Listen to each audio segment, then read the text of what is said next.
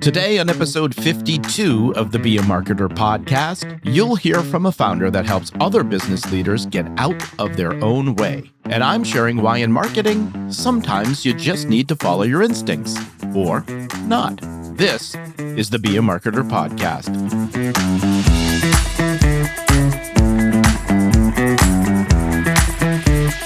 Be a Marketer. I'm your host, Dave Charest, Director of Small Business Success at Constant Contact, and I help small business owners like you make sense of online marketing. And on this podcast, we'll explore how to find the time to be a marketer.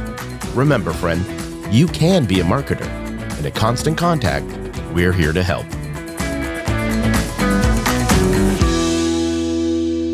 Well, hello, friend, and thanks for joining me for another episode of the Be a Marketer podcast. You know, if you're like me, you have some fond memories of the classic episode of Seinfeld titled The Opposite.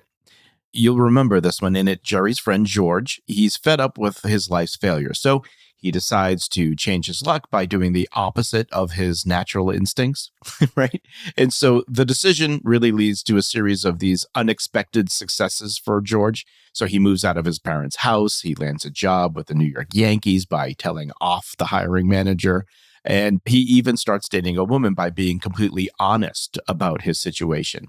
And so why am I bringing this up? Well, a couple of reasons. One, I've often said that for every marketing best practice, you can find some other business that's, well, doing the opposite and still finding success. So, for example, some people swear by beautifully designed email templates. Others prefer sending emails with only text. Some people send an email every day, while others are sending once a month, and they think that's way too much. Now, the reality is that there's no one-size-fits-all solution to any of this. It's all about finding the things that work for you and the audience that you serve. And, you know, those things can be different from one business to another. And while that brings me to my second reason for bringing this up, you know, I'd say that this also applies to finding the people that are right for you, people that share your values and can guide you and your business in the way that you need to be guided. Now, I'm excited for you to hear from today's guest because she's got a style that may be exactly what you're looking for, or not. It's all part of the journey, my friend, and you'll just have to follow your instincts, or not. Well, friend, today's guest is Corissa Saint Laurent, a professional speaker, podcaster, and retreat leader. She not only helps businesses grow, but she also helps its people grow along with it.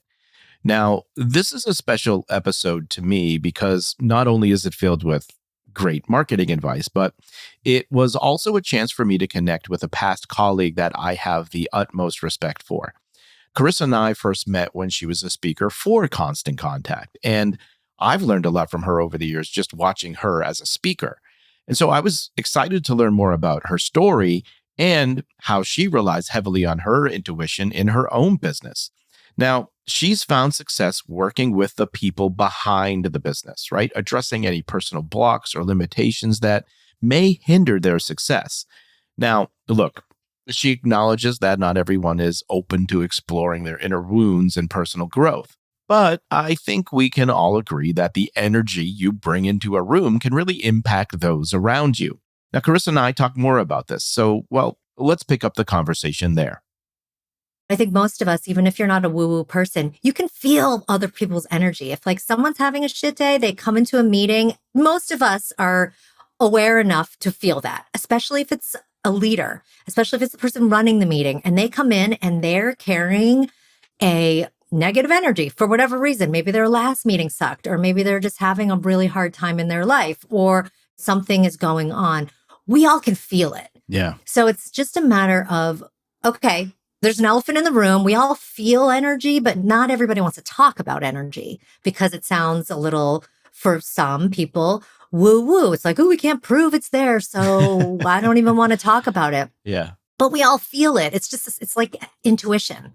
We all have these gut instincts, and we all get in these intuitive hits where we're like, oh, I should do this. I don't know why I'm feeling this way. And you do, and then something amazing comes out of it, or you get a feeling to not do something, and then you end up dodging a bullet. So these are all things that I just like to get people to own. We're all aware of it. It's just like own it as part of life. And once we do start to own it as part of life, we actually can live a more enhanced, richer, better experience from it. Well, I mean, I think that's the point. Like it gets us to this place. And I think it speaks directly to that idea of, when we say like work-life balance, right? Like, I don't know if that's necessarily a thing, but as much as it is more about this idea of just being a whole person, right? At the end of the day, we're people trying to make our way through this crazy thing called life and whatever path that we're on.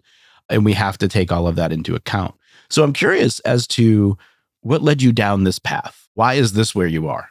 I started my first business when, I went to after college. I was always interested in healing. So I actually started university. I went to UC Irvine and I was a pre-med student thinking I wanted to be a pediatrician and realized like freshman year, I don't want to be a doctor. I don't want that life. I don't even adhere to Western medicine. For me, like I already was practicing natural medicine for myself. And so it was a story I had carried from a very unconscious story of, oh, I'm going to become a doctor. The things we think we should do, right? Like, yeah. And, I had a propensity for the sciences and I loved the idea, of course, of helping people heal. And so there was a lot that lined up there.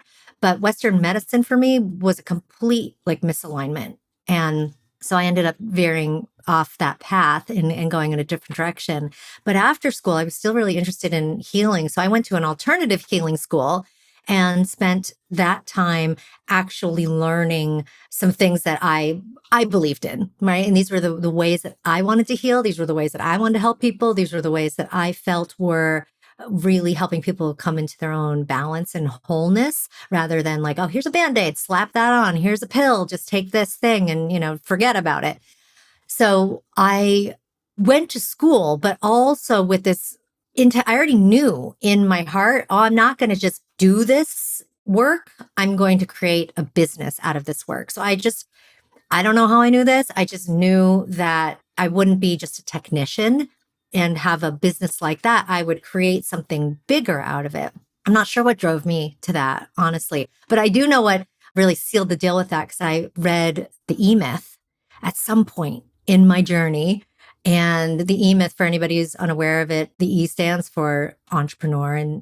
And the myth there is that the entrepreneur is a technician versus what an entrepreneur really is, which is the person who runs the business that is separate from them.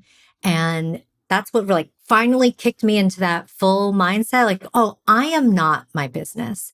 My business is this entity that I get to take care of and I get to feed and nurture, and then it will give back to me by doing that.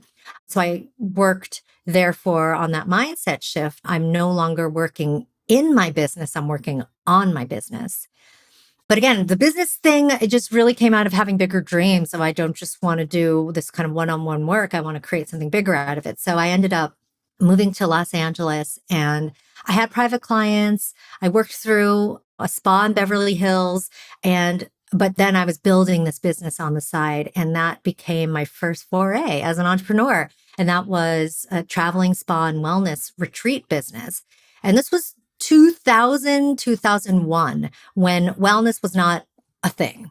It wasn't in LA, certainly more so, but even there, it was very new.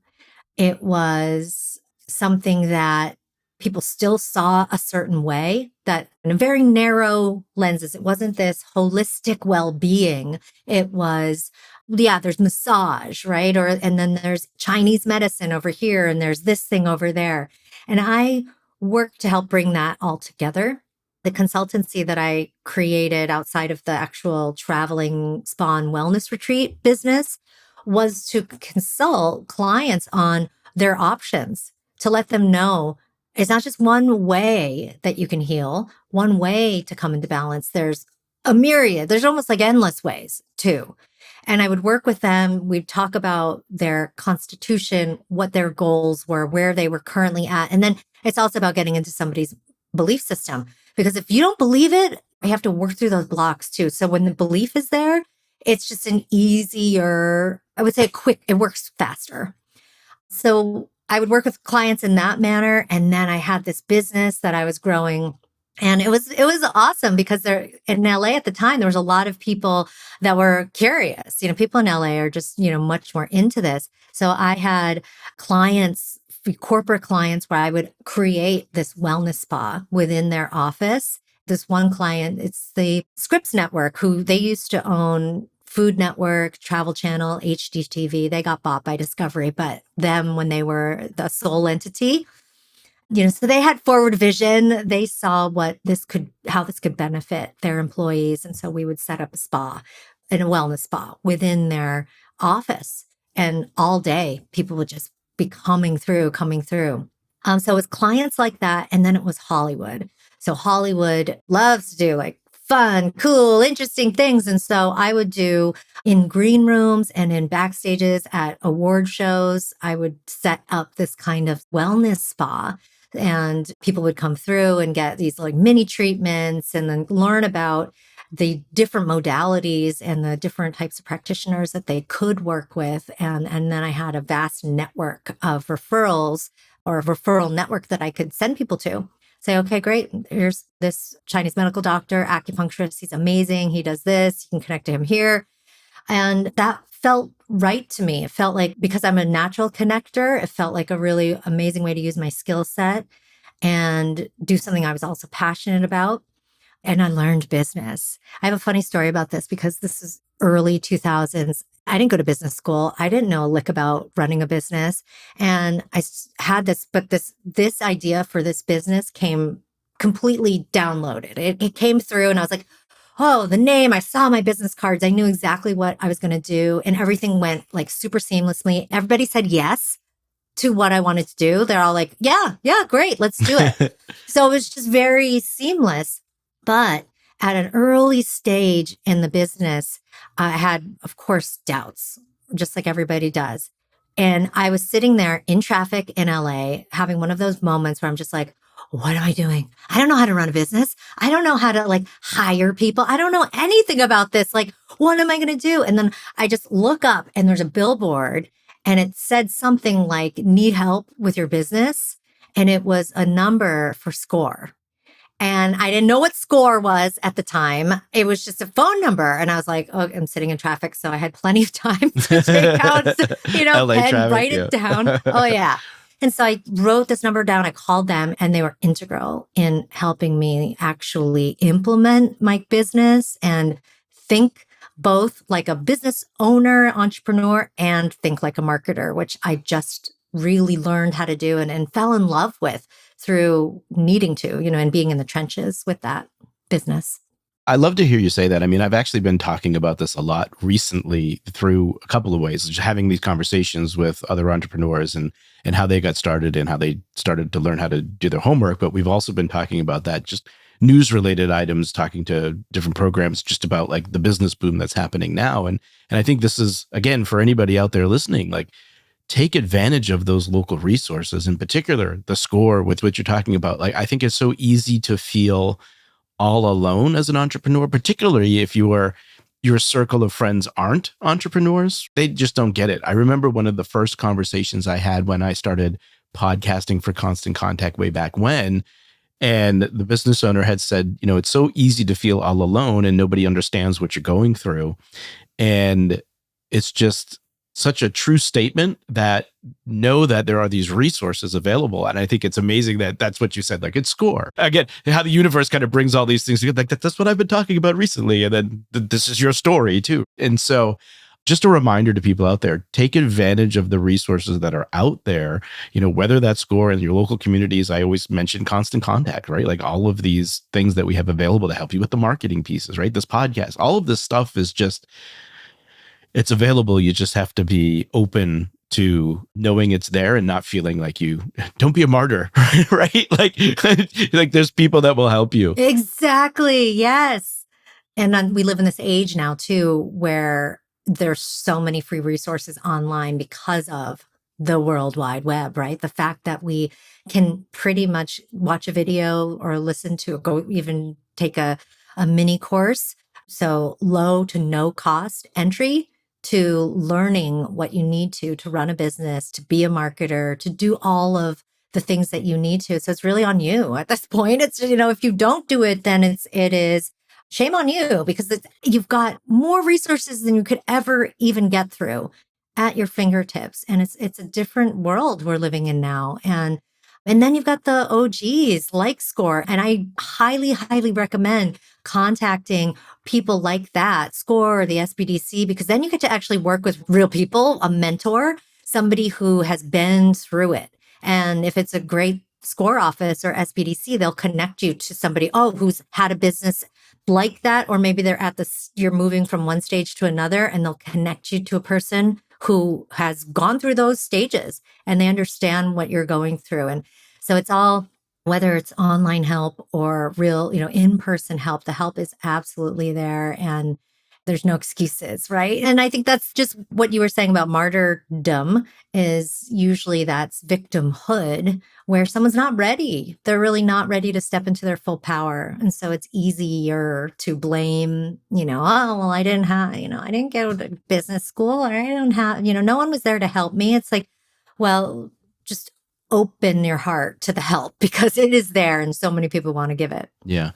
So there's a lot of things going through my mind right here, just in terms of like where I want to go. So one of the things that you mentioned, I guess we can go there now, right? But like you just talked about this idea of a network and getting in with people. And I think this is one of the simple ideas that I've been trying to get people to understand, because I think when you say marketing, there's often like a disconnect with people or I don't know, it just changes your demeanor a little bit, right? Where it's like, ugh, marketing, right? But when you think of, particularly when you start thinking about the pieces that you can do online, one of the things I think business owners really do understand, particularly those that have had some success, is that they understand that it is about relationships. It's about the people that you meet, the connections that you make, and how you, I don't want to say work because that's not what I mean, but like you maintain and build those relationships. And those are the things that are the driving force. And I think we would agree, having met through Constant Contact, which I also want to get to, which is where the other part of my brain was going, but it is just an extension of that. Like, how do you increase those relationships and you have the opportunities to make? And so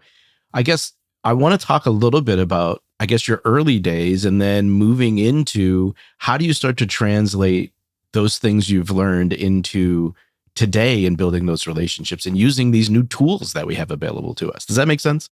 Yeah. I think as far as how I started to apply what was very natural for me to build relationships, I'm a natural connector, a natural networker. I love connecting other people together and be like, oh, you need to talk to that person. And oh, this person has something that it would really benefit you. And I've never had a problem with putting myself out there, where I think is challenge number one for a lot of entrepreneurs, especially solopreneurs, where you are your business. And I know earlier I said, don't be your business. Like you want to still treat, even as a solopreneur, you still want to treat the business as a separate entity. Even if you are the face of your business, it's still a separate entity. You're still in service to that, even as the face, even as the solo operator of that business. Well, I think that ends up being the trick. Even if you are that main person, how do you set up the systems and processes and so that it really becomes a business that can survive without you in many ways, right? Exactly. And it should automate the heck out of it. You don't need to always be there for everything. And that's where all these amazing tools start to come into play. How can you, and that would be probably number one thing, automate everything you possibly can. Even scheduling of emails that you can do through Constant Contact is a form of that automation, as well as, of course, the drip campaigns and doing more of those email series. The automation is going to save so much time and energy and effort so that you can do other things, so that you can actually do everything else that is needed for a business. I think when business owners get into it and really start to pull back the curtain of their business, they're like, oh, I actually have to run this machine, oil this machine, fix this machine, be the voice of this machine. Like, you're doing it all. And I think it's important to do it all for a portion, at least understand and learn how to do it all. Well, I think that's the big piece. Know how it works so you can have conversations with people that actually know how to do it well. Yes. But like, if you don't know, you end up finding people that maybe don't know how to do it well, and you just don't know any better, right? And this is a 100%. big thing that I'm like, yeah, you need to understand how it works so that you can get the right people to do it for you. Exactly. Yeah. So at least learn about all elements of your business and then delegate, then hire, then find the contractor to do it for you better than you can, or do it for you because you're going to devote your time and energy to the thing that really lights you up. To doing something that you're really good at. Yeah. And the things that you're best at, because otherwise it's like, oh, that thing that takes that person 10 minutes to do might take you 10 hours to do. Well, that's just stupid when it comes to, right? Because time is money. So let's use our time and everybody's time that works for you or with you as best as possible. So finding those gifts and those people that have the right gifts so that you can create a beautiful engine, a beautiful machine that is working in harmony rather than you trying to do things that, are just not in your skill set or just within your own passion set. So that was a big early lesson for me, is that I didn't want to be the technician in my business. I wanted to run the company. I wanted to build the relationships. I wanted to land the deals. I wanted to do that. And I wanted other people to do the actual technical side of the work. To answer your question from earlier, I mean, that's really why I started a business, because I didn't want to just be the person doing the hands-on work. And I was driven to do something bigger than that. Not that that is less big. So I guess I want to make the distinction that there's nothing heroic about creating a big company with tons of employees and a ton of overhead and lots of capital and expenditures. And there's nothing heroic about that. If you absolutely love being the technician, if you're just like, I just love whittling the wood and I love fixing the cars, do that, do that thing and just love it. And don't worry about what the other stuff. Now, obviously, you still need to run the other aspects of the business, getting the clients, getting the customers, and know that, all right, I'm going to be over here doing the wood whittling. And now I need to hire the people that are going to do the accounting and the marketing and understand what that is. But if you personally just want to do that, go for it. That's what you'll be most happy in. I didn't want to be that. I wanted to be the CEO and running that aspect of a company. Yeah. I mean, I think at the end of the day, to what your point is here, is that it's really about finding what is the life that you want to have and how do you do the things that afford you that life, not the things that we're seeing in the news and making the headlines and, that people that are paying attention to because they're big. That's one path. That's not everybody's path. And I think at the end of the day, if, I've talked to so many people that it's like, you've created a life where you've supported yourself, you've supported your family, you've sent kids to school. It's not about anything more than that and being comfortable doing it. And I think that's the heroic effort, to be able to really take the chance because you're betting on yourself to be able to do that, which so many people don't do. And I think that's interesting. So tell me a bit about, you mentioned automation. So I want to talk a little bit of just marketing and even maybe today, but what would you say is your, I guess, approach to marketing? How do you consider it? And then what are some of the things that you do specifically? Well, going back to relationships, that's the absolute foundation of how I both think of marketing and we'll just say do marketing. It's about building the right relationships at the right time with the right people. And that is both end customers as well as partners, as well as vendors, right? So that's another thing to be aware of as a business owner, that you're not just thinking about the people that are giving you the money, the customer. Most of us, if we're focused on anybody, it's the customer. And that's an amazing group of people to be focused on. They're giving you the money, amazing. But you are also in relationship with, and therefore have the opportunity to do what we'll call marketing, but it really is relationship maintenance and communication of your value to partners. And even if you don't have a partner channel, you still have other strategic partners that I believe you should be building within your business. And then you've got vendors, you've got all sorts of other relationships to nurture and take care of. But Well, let's talk about the customer relationship because that's, of course, the core of who we're building for. We're building our products and services, hopefully with an end customer in mind, and we know exactly who they are. So that's the first step in really building a solid relationship is understanding the person. So it's not that different. It really isn't any different than if you were to meet someone you were becoming friends with or that you were courting. This is the person I want to marry. And oh my God, they're incredible. Like you're not just going to like talk all about yourself and not listen to what they have to say. You're going to ask them questions, get to know them, figure out what makes them tick. You're going to get them the gifts that that they're going to love because you want to show them how much you care about them, that you're thinking about them, that you want to have a relationship with them. So we do these things in real life, at least in some degree. Not everybody's great at relationships, but we do these things in person to person relationships. And I like to think about your business in the same way that your business is building relationships from business to person in this exact same way.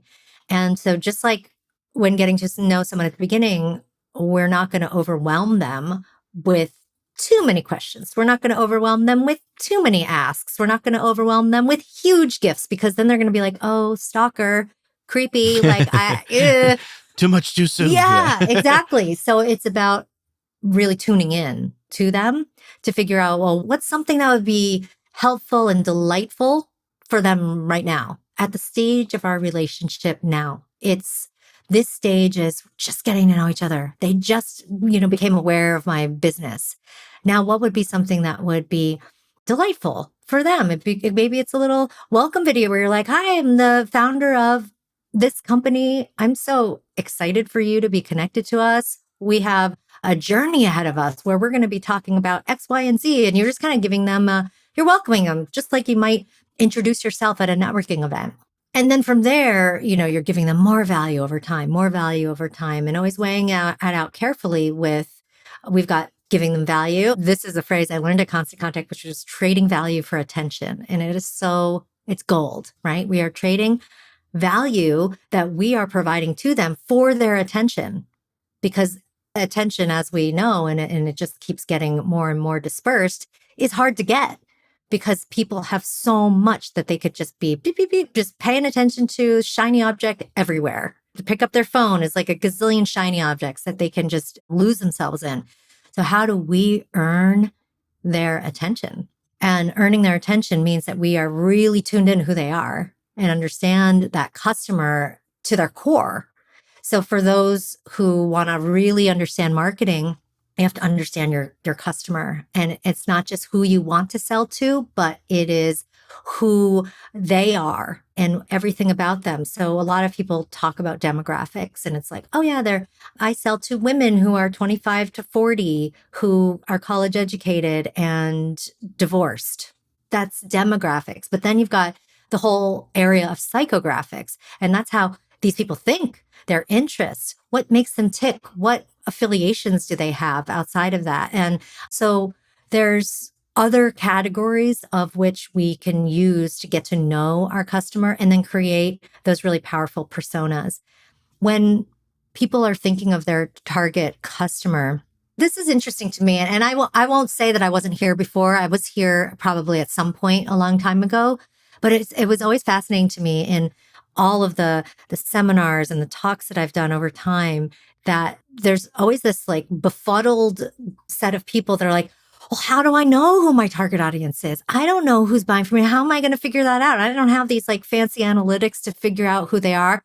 And I would stop them in their tracks and say, no, you get to choose who your target audience is. That's the beauty of building a business. You get to choose who you can say, I want to serve women who are 25 to 30 who do Pilates and have been in a relationship for, a steady relationship, but unmarried, who are people that are plant-based that live in Wisconsin. And you can create your target audience however the way you want. And that's usually a light bulb moment for people. They're like, oh, I get to choose that? It's like, yes, you get to choose that. And then I recommend people analyze their audience over time, because then there will be people that are attracted to your business that you were outside of your target. And you'll go, oh, okay, that's interesting. I'm attracting a lot of dudes who are in their 60s and like former military. Like, what? And like, how did that come about? But we learn from the business as we work within it. It is teaching us every day.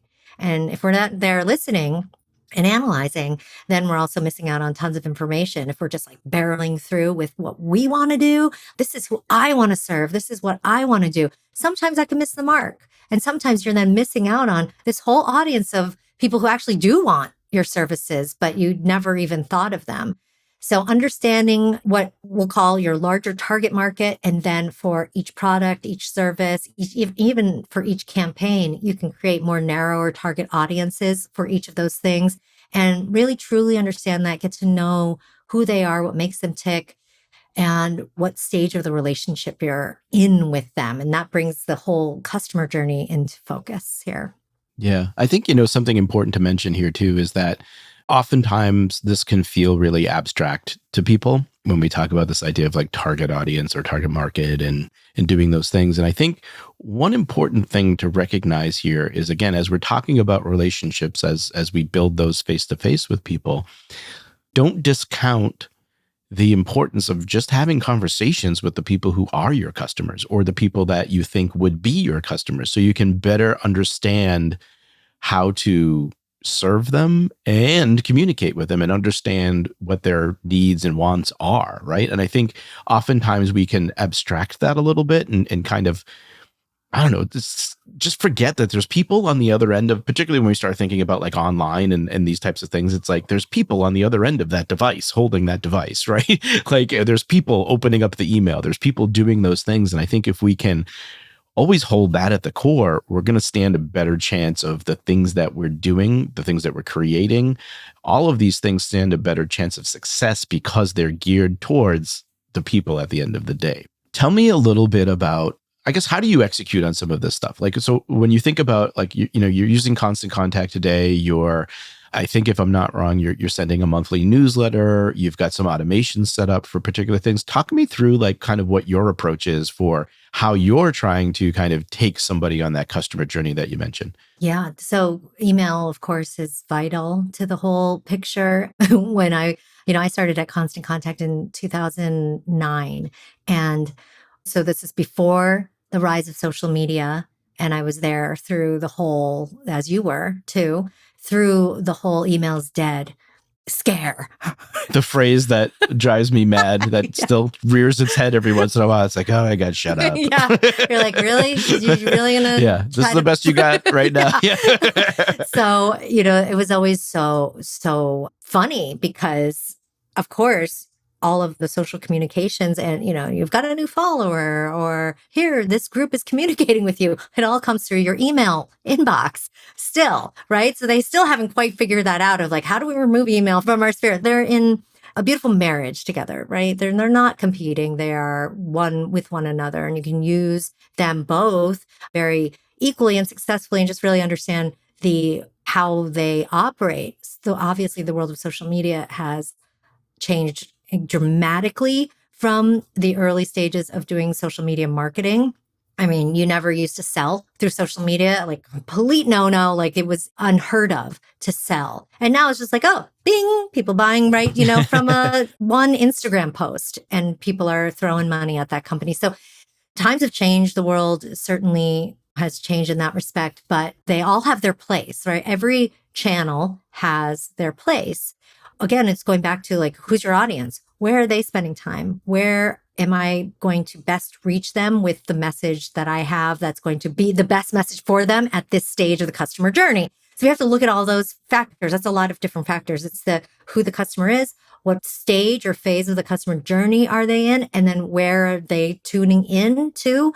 What channel are they listening to? And then what is the kind of content going to be that's going to be grab their attention the most in that place at that stage for that person, right? So there's all those factors to think about. But once you know those factors, then it's easy to just chart it out and look at, okay, personally, I'll just give you, a personal anecdote. I just started working with one of our past colleagues, actually, from Constant Contact, who has always had a nonprofit doing service trips to a country in the Caribbean. And now we're going to start doing trips to other countries and work together to lead these service trips.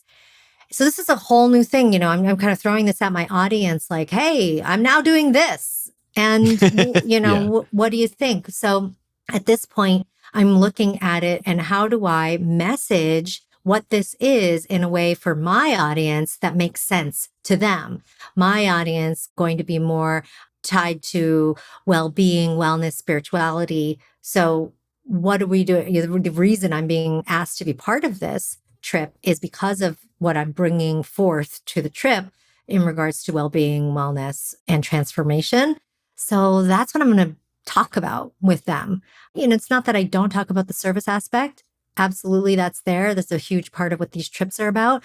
But I'm going to focus on the things that I know my audience would be more interested in. I mean, it's pretty simple, right? It's like, why would I give them information that they're not interested in just to sell the thing? And most of us, a lot of people just starting out marketing do think that way.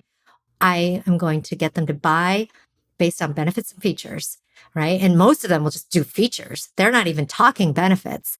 So when you do that kind of marketing and it's not the right time, the right stage, Yeah. it just will fall flat.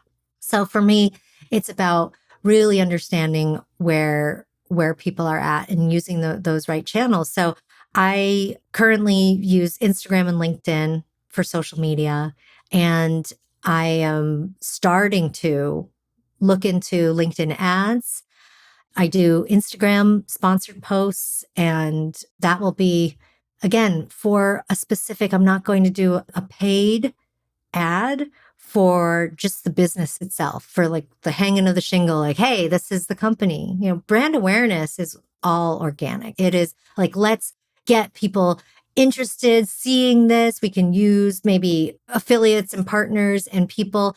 But at that point, and this is just early stages of the business, not later stages when you already built a brand and you've got lots of working capital. I'm talking about the early stages, because when you talk about the customer journey, it's never ending. It's cyclical, but it has to start somewhere. And when you're at the very beginning of, opening up your doors for the first time, you are at brand awareness for everybody. You are at the very early stages. People don't know about you. How do you get them to know about you? So you're not selling them at that point. You're just creating awareness. This is who we are. This is what we do.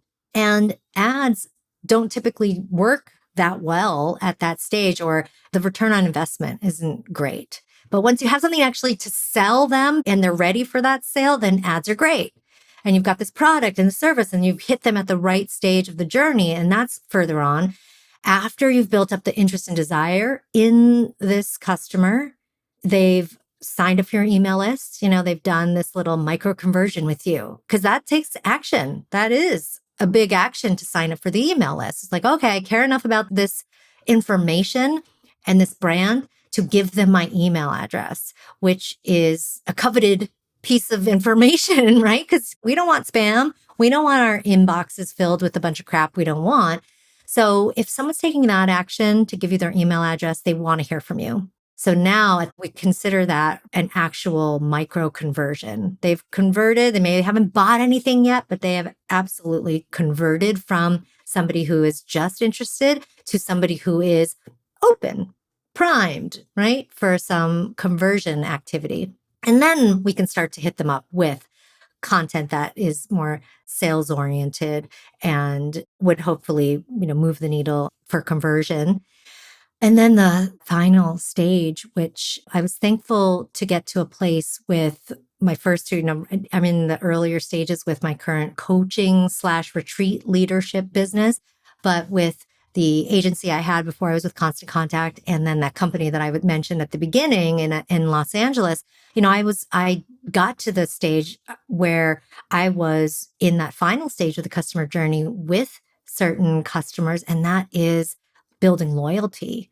And this is a stage that so many business owners, entrepreneurs often forget about or just don't pay any attention to.